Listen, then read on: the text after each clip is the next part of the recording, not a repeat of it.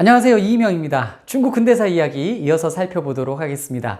중국 근대사 지난 시간에는 1918년 이야기까지 말씀을 드렸습니다. 1918년 주로 호법전쟁의 이야기를 말씀을 드렸었고 그 호법전쟁이 1918년 후반에 끝났죠. 그래서 북부에 있었던 베이징 정부와 남부 정부 사이에서 일단은 전쟁이 끝나는, 내전이 멈추게 되는 그러한 상황까지 말씀을 드렸습니다. 이번 시간에는 1919년 이야기를 말씀을 드리려 하는데, 자, 1919년 오늘의 주제는 오사운동입니다. 여러분들이 오사운동이라는 이름은 많이들 들어보셨을 거예요. 한국사 교과서에도 나옵니다. 중국의 오사운동이 한국사에서는 어느 파트에 나오냐면 3.1운동 파트에서 나옵니다. 3.1운동의 영향을 받아서 중국의 오사운동이 일어났다, 이렇게 공부를 하기도 하고요. 세계사에서는 또 비중 있게 다루어지는 그런 세계사 교과서의 내용이기도 한데요. 이 시간에는 그 오사운동이 어떤 운동이었고 왜 일어났는지 설명을 좀 드려보도록 하겠습니다. 1919년 5월 4일 날 일어난 운동인데요. 1919년 5월 1일 중국 신문에 충격적인 사실이 보도가 됩니다. 어떤 내용이었냐면은 산둥반도가 일본의 것으로 확정된다라는, 산둥반도의 이권이 일본에 다 넘어가는 게 공식화됐다라는 그러한 보도 내용이었습니다. 중국 국민들은 놀라지 않을 수 없었죠. 자, 이 상황은 어떤 상황이냐면은 일단은 1915년에 그 1차 세계대전이 일어나자 산둥 지역이 원래는 독일이 이권을 갖고 있었는데 이 산둥 지역을 일본이 들어와서 1차 세계대전 중 독일은 동맹국 팀이고 일본은 영일 동맹 관계로서 연합국 팀에 참전을 하잖아요. 연합국 팀의 일원이라면서 산둥반도에 있는 독일 밀어내고 산둥을 차지한 일본이 산둥에 원래 독일이 갖고 있었던 그 이권을 우리 일본에게 주세요라고 당시 위안스카이에게 요구를 했죠. 그게 21개조 요구 내용 중에 한 부분이었습니다. 위안스카이가 이걸 수용을 해버렸고, 그런 상황으로 이제 쭉 1차 세계대전이 진행이 된 거예요. 일본이 산둥반도의 권익을 갖고 있는 그러한 모양새. 그런데 사실은 이걸 나가라고 하든지 해야 되는데, 당시 중국 정부가 위안스카이 죽고 나서 자기들끼리 혼란스러웠잖아요. 내전하고 베이징 정부도 이랬다 저랬다 하고 굉장히 혼란스러웠기 때문에 이 산둥에 대한 일본 문제를 제대로 정리하지 않은 채 1차 세계대전이 끝나가고 있었습니다. 1차 세계대전은 1918년 11월에 끝나게 되는데 전쟁 중에 어떤 일들이 있었냐면 일단은 중국이 연합국 팀으로 참전을 하죠. 단치루이가 참전을 했었잖아요, 그때.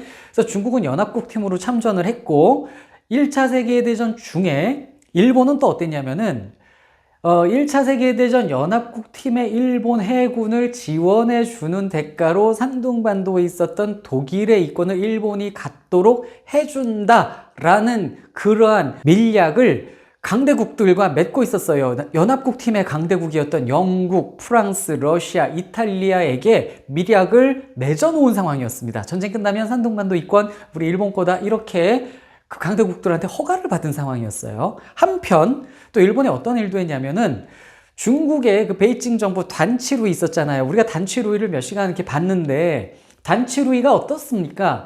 일본과 친했잖아요. 일본 손을 잡고 일본에 이권 주면서 자기는 차관, 돈을 얻어냈잖아요. 이 과정에서 단치루이가 일본에게 차관 얻어내면서 산둥반도에 원래 독일이 갖고 있던 권익을 일본에게 인정해 주겠다라는 공문을 보냈었습니다. 그런 상황이었어요. 그리고 1차 세계대전이 끝난 겁니다. 그럼 일본은 산둥반도에 대해서 자신이 있었었죠. 베이징 정부로부터 공문을 받아서 인정받았고 세계 열강들, 강대국들한테 허락을 받은 상황이었던 것이죠. 1차 세계대전이 끝난 다음에는요, 1919년 1월 파리 강화회의가 열리게 됩니다. 자, 이 파리 강화회의는 전승국들이 모여서 회의를 하는 거예요. 핵심 내용은 패전국들 응징에 대한 내용들, 1차 세계대전 이후에 이 질서를 새로 잡아가는 그런 내용들이 논의가 되는데, 이 파리 강화회의에 이어서 6월 달에는 베르사유 조약이 체결이 됩니다. 물론 베르사유 조약 외에 몇 가지 조약들이 더 있어요. 생제르맹 조약 이런 것들이 있는데요. 사실은 자, 파리 강화회의에서는 전승국들이 패전국을 어떻게 할지 논의를 하고 그 내용을 패전국 한 놈 한 놈 불러다가 맺는 조약이 따로 진행이 되는데, 패전국 중에 가장 대표적이었던 독일을 불러다 앉혀놓고 맺는 조약이 베르사유 조약이에요. 그 베르사유 조약의 내용은 독일의 모든 권리, 식민지 다 없도록 하는, 식민지 다 포기시키는 그러한 조약이 맺어지는 거거든요. 그 조약을 위한 논의가 1919년 1월 파리 강화회의에서 진행이 된 겁니다. 자, 중국도 참석을 했어요. 중국도 파리 강화회의에 갔는데, 그런데 이 중국은 연합국 팀 안에서는 사실은 활동이 미미했었습니다. 1차 세계대전 중에. 그래도 전승국이니까 갔는데, 자, 거기에 참여한 중국 대표단은요, 베이징 정부와 남부의 광둥 정부가 공동으로 파견을 한 거예요. 같이 이제 합의를 해서 같이 공동 파견을 한 건데, 이 파리 강화회의에 파견된 중국 대표단의 관심사는요, 저거였습니다. 이 산둥 문제에 대한 정리. 산둥에 일본이 지금 들어와서 권리를 차지하고 있는데 이러한 문제를 여기서 해결해 보고 싶었던 거죠. 열강들 앞에서 같은 전승국이니까 이거 해결해야 될 것 아닙니까?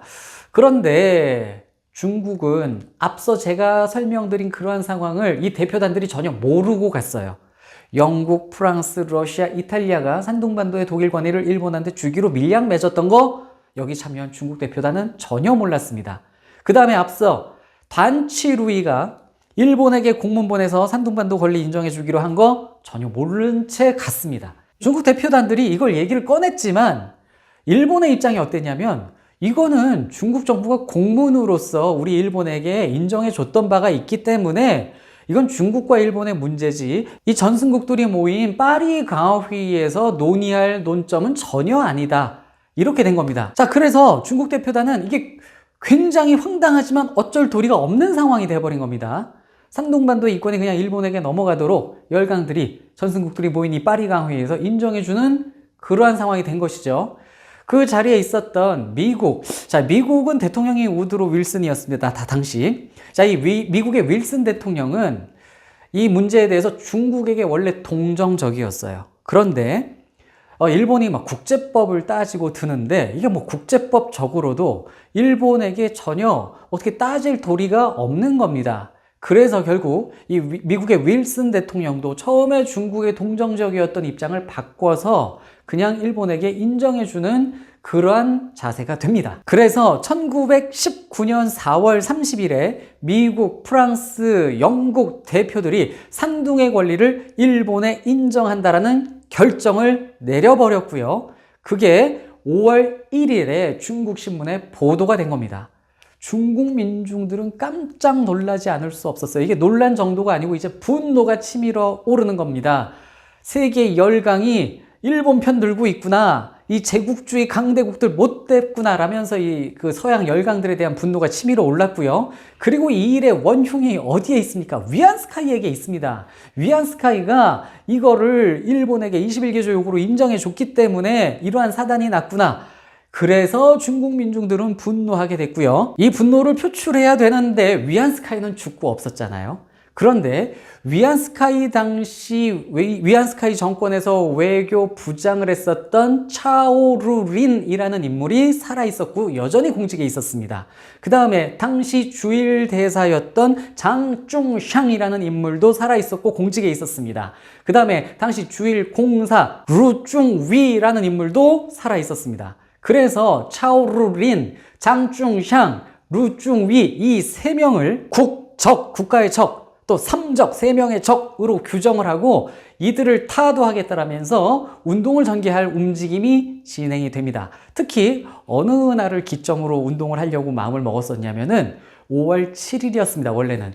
자, 5월 7일은 어떤 날이냐면요. 1915년 5월 7일에 위안스카이가 21개조 요구를 수용을 했거든요. 그래서 그때부터 중국인들은 5월 7일을 국치일이라고 생각을 하고 있었습니다. 국치일로 지정을 하고 사람들은, 민중들은 그날을 치욕적으로 여기고 있었는데 신문 보도가 난 날이 때마침 5월 1일이잖아요. 국치일이 얼마 안 남았었어요. 그래서 5월 7일 국치일을 기점으로 대대적인 시위를 진행해보자라는 그런 여론이 민중에게 확산이 됩니다. 구호도 나오게 돼요. 밖으로는 국권을 쟁취하고 안으로는 국적을 제거한다. 이런 구호를 내세우고 5월 7일을 기점으로 하는 민중운동을 진행을 하려고 하는데, 그런데 당시 피 끓는 대학생들, 특히 베이징 대학교 대학생들은 5월 7일까지 기다릴 수가 없었습니다. 그 마음이. 그래서 5월 3일 토요일이었습니다. 5월 3일 토요일 저녁에 모이게 됩니다. 대학생들이 베이징 대학교에 모여서 임시 학생 대회라는 걸 열게 되는데요. 자, 이제부터 이 운동을 이제 학생들이 주도해 나가게 됩니다. 그럼 여기서 잠깐 이 학생들의 이야기를 좀 해보도록 할게요. 이 학생들은요, 1919년 당시 굉장히 의식이 깨어 있었습니다. 사회 문제, 정치 문제, 대외 문제, 중국의 이 암울한 혼란한 현실, 일본에 대한 적개심이 굉장히 커져 있었어요. 이 학생들에게 큰 영향을 준 것이 있었으니 그것이 바로 신문화 운동이라는 겁니다. 1915년부터 전개가 됐고요. 신청년이라는 잡지를 통해서 서양의 민주주의를 강조하고 서양의 이 과학적 합리적 사고를 강조하는, 그러면서 중국의 그 썩은 문화들, 전통적으로 이 악습들 이런 것들을 비판하는 그러한 문화운동이 있었습니다. 이걸 신문화운동이라고 하는데, 이 신문화운동을 주도한 인물이 천두슈라는 인물이었습니다. 천두슈는 베이징 대학교 교수였어요. 그 다음에 천두슈 말고 후스라는 교수도 있었습니다. 역시 베이징 대학교 교수였고요. 둘 다 굉장히 진보적인 교수였습니다. 천두슈는 베이징 대학교 인문대학 학장이었고 후스는 또 그 아래 그냥 교수였는데, 이 진보적인 베이징 대학교 교수들이 대학생들에게 큰 영향을 주고 있었습니다. 서양의 민주주의, 합리적 사고, 이런 진보적 의식들을 학생들에게 많이 퍼뜨리고 있었고, 학생들 사이에서 이게 굉장히 크게 작용하고 있었습니다. 이 영향을 받은 학생들이 그래서 이 학생운동에 주도적으로 참여를 하게 되고 이 5.24 운동을 이끌어가게 되는 것이죠. 또 하나, 1919년 3월 1일에 있었던 한국에서의 3.1운동, 이것도 중국인들에게 굉장히 자극을 주는 그런 운동이었습니다. 한반도에서 한국인들이 일본에 맞섰는데 우리 중국도 일본에 맞서야 될 것 아니냐, 이러한 여론이 확산되어 있었던 것이죠. 이러한 분위기가 무르익은 상황에서 5월 3일 날 토요일 날 학생들이 모였고요. 이 상황에서 한 학생이 옷을 찢어요. 옷을 찢어서 쫙 펼치더니 손가락을 깨뭅니다. 그리고 혈서를 씁니다. 칭따오를 반환하라. 혈서를 썼습니다.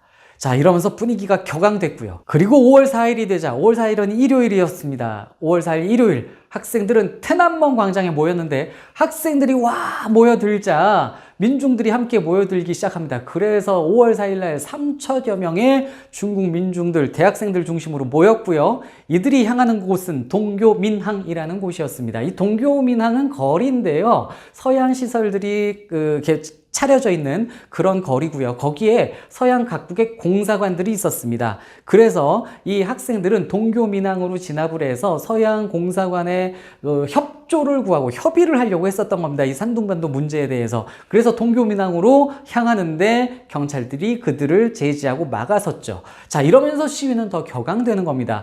우리 땅인데 우리가 들어가지도 못하고 중국인들이 중국 거리를 들어가지 못하는 이 현실에 대해서 더 분노한다라며 시위가 거세지고요.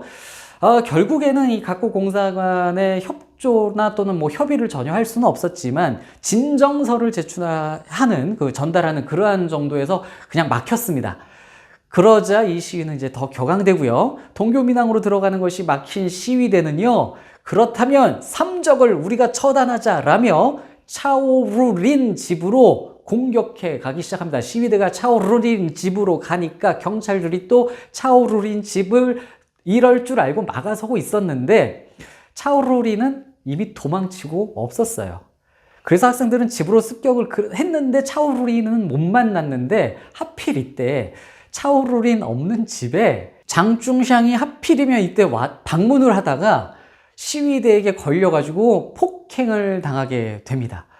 자, 분노한 시위는 전개가 계속 확산됐고요. 결국 날마다 점점 다른 지역으로 확산되어 갑니다. 5월 7일에는요, 텐진에서 학생연합회가 구성이 되고요. 상하이에선 대규모 민중대회가 열리게 되고요. 전국의 대학생들이 동맹 휴학을 하는 사태까지 전개가 됩니다.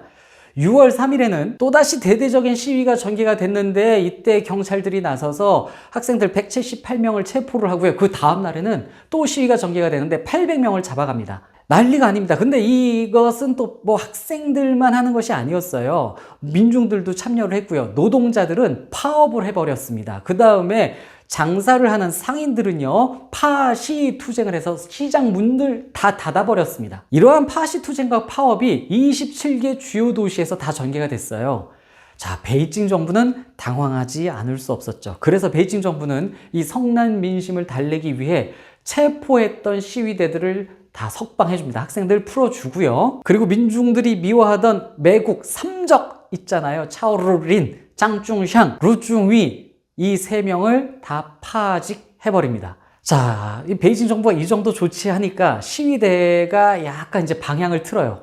이제 시위대는 삼적을 공격하고 막 정부를 공격하는 투쟁에서 방향을 틀어서 일본 상품 불매 운동 전개를 해 나가게 됩니다. 그래서 이제 일본 기업들에게 타격을 주겠다라는 것이었죠. 그런데 이때가 지금 6월 달이 된 상황이었는데 앞에서도 말씀드렸지만 1919년 6월에는요. 베르사유 조약이 체결되는 달입니다. 베르사유 조약이 6월 28일 날 프랑스 베르사유에서 체결이 되게 되는데 전승국들이 독일의 이권을 포기시키는, 독일에게 페널티를 주고 막대한 배상금을 물리는 그러한 주된 내용들로 조약이 체결이 되는 건데 여기 중국 대표단들도 가 있었거든요. 그런데 지금 이 중국 민중들은 그 일본 편 들었던 전승국들 다 꼴 보기 싫은 것 아닙니까? 그런데 여기서 지금 베르사유 조약에 또 중국 대표단이 가서 속 없이 사인을 한다고요? 그 다음에 산둥 권리를 독일한테 포기시키면서 이 권리는 일본한테 준다고요? 그 조약 사인하지 말라는 겁니다. 그래서 베르사유 조약 체결을 위해서 베르사유에 모인 각국 대표단들에게 엄청난, 특히 중국 대표단들에게 전보들이 날라드는데 중국 민중들이 보내는 거예요. 조약 체결 반대한다고. 심지어 그 프랑스 현지에서 중국 학생들, 시위대들이 중국 대표단을 가로막고 회의장 참석을 못하도록 막아서고 그랬었습니다. 여튼 베르사유 조약은 체결이 되는데 중국 대표단은 서명하지 않았습니다. 당시 결론적으로 중국의 베이징 정부는 베르사유 조약의 전승국 입장임에도 불구하고 홀로 서명을 하지 않았습니다. 이것은 바로 민중들 5.54 운동이 이루어낸 그러한 결과라고 볼 수가 있죠. 자, 그런데 베르사유 조약에 중국이 서명하지 않은 거기까지는 괜찮은데 사실 5.54 운동의 영향, 결과 사실은 딱 여기까지입니다. 5.54 운동으로 베르사유 조약에 중국이 서명은 안 했지만 중국 사회가 변한 건 없었어요. 결론적으로 산둥반도는 일본에게 권리가 넘어가 버렸고요. 그 다음에 매국 삼적을 처단했다, 파직시켰다고 했지만 여전히 중국 정부 안에 기득권들, 군벌들 이런 사람들이 자리 잡고 있는 상황이었습니다. 일본 상품 불매 운동을 전개했지만 몇몇 일본 기업에게 약간의 타격을 줬을 뿐 중국 안에 일본의 영향력, 산둥반도의 일본의 이권 이런 것들은 여전히 유지된 상황이었습니다. 자, 1919년 오늘 5월 4일이 있었던 5.54 운동을 중심으로 말씀을 드렸고 여전히 중국에는 당시 문제가 많은 상태로 남게 되었다까지 말씀드리고 이후 또 중국 근대사 이야기 다음 시간에 이어서 말씀드려 보도록 하겠습니다.